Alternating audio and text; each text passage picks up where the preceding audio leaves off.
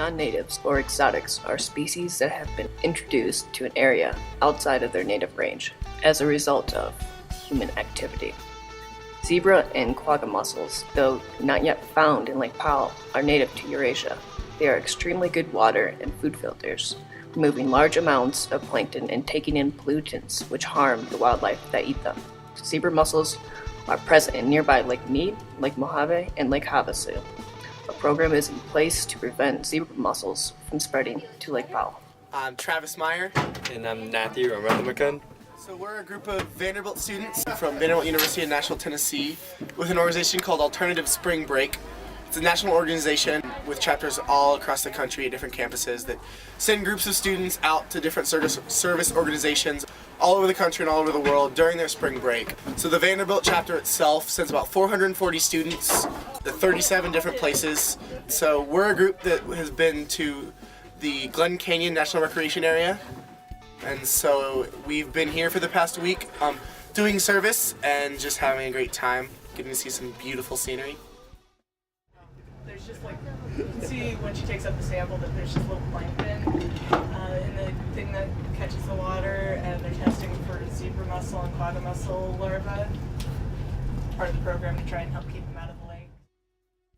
I'm Carolyn Hackbarth, and I'm the laboratory supervisor for the aquatics program.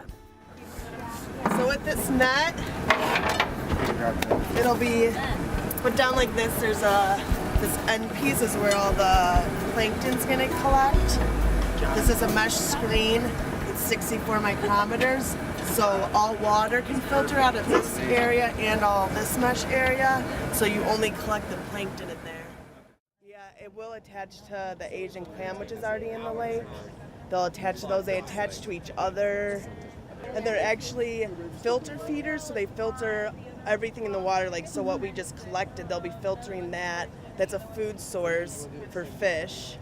And then they're also filtering even the bad contaminants through, so they'll like have this high concentration of just like contamination in the mussel, and then some fish will eat it, and then it continues on to the birds will eat the fish. So these animals are getting, sick, and it's not a good thing.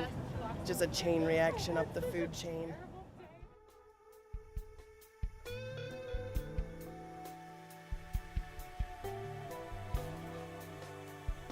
We're concentrating the samples so we can fit it into this size bottle.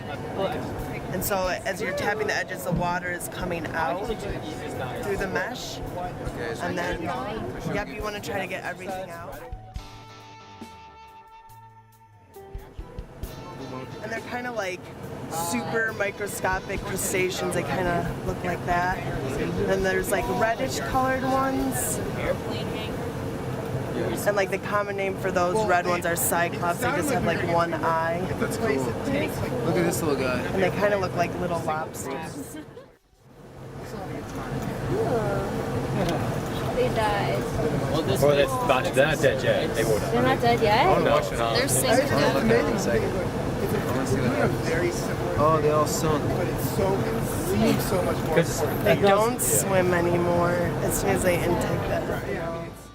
Attach infrastructure so they can get in intakes at the dam. They can attach to boat motors. The boats will overheat if they're running with the mussels on them. They can attach to buoys, the side of the rock walls, any hard surface. So they're having problems at Mead with the veligers or the mussels attaching to the buoys, and then the buoys are sinking and that type of thing. So there's continuous maintenance going on.